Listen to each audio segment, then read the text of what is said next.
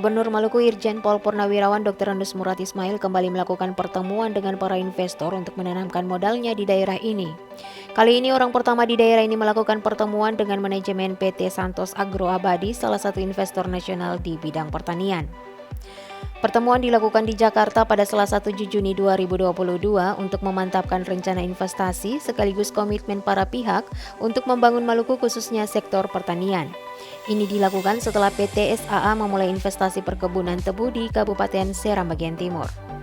Delegasi pemerintah Provinsi Maluku dipimpin oleh Gubernur Maluku yang didampingi Ketua TGPP, Kepala Dinas Pertanian, Kepala Bapeda, Kepala Dinas PMD PTSP, Kepala Dinas Ketahanan Pangan, Kepala Dinas PUPR, dan Direktur Maluku Energi Abadi. Sedangkan manajemen PT SAA dipimpin langsung owner PT SAA Sudomo Mergonoto.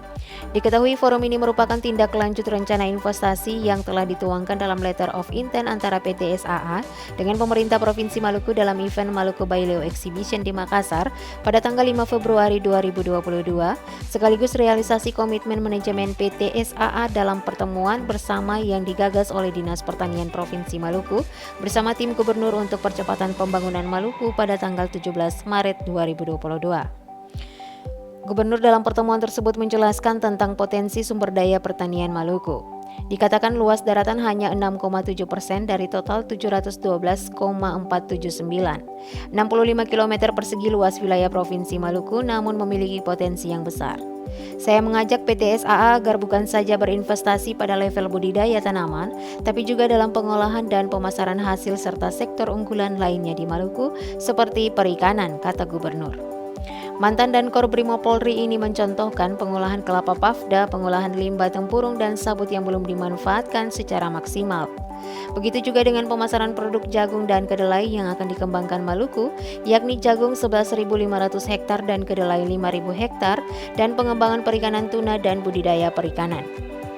Lebih lanjut, Gubernur juga memberikan apresiasi dan dukungan untuk investasi di Maluku. Investasi sangat dibutuhkan oleh daerah Maluku guna percepatan pembangunan menunjang pertumbuhan ekonomi.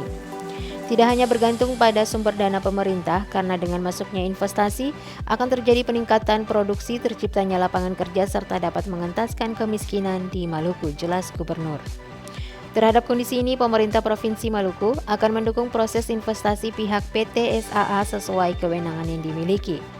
Investasi akan dilakukan pada lahan yang telah diberi izin lokasi sejak tahun 2018 untuk pengembangan tebu di Kabupaten Seram bagian timur, yaitu di Kecamatan Bula, Bula Barat, dan Teluk Waru seluas 22.103 hektar dengan nilai investasi 500 miliar rupiah.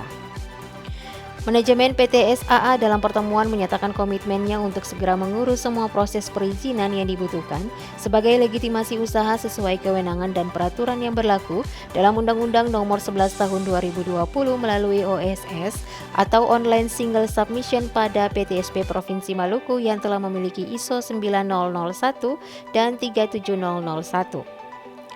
Kita akan melakukan disverifikasi komoditas yang saat ini fokus pada tebu yang telah diuji cobakan selama 3 tahun, di mana hasilnya sangat sesuai.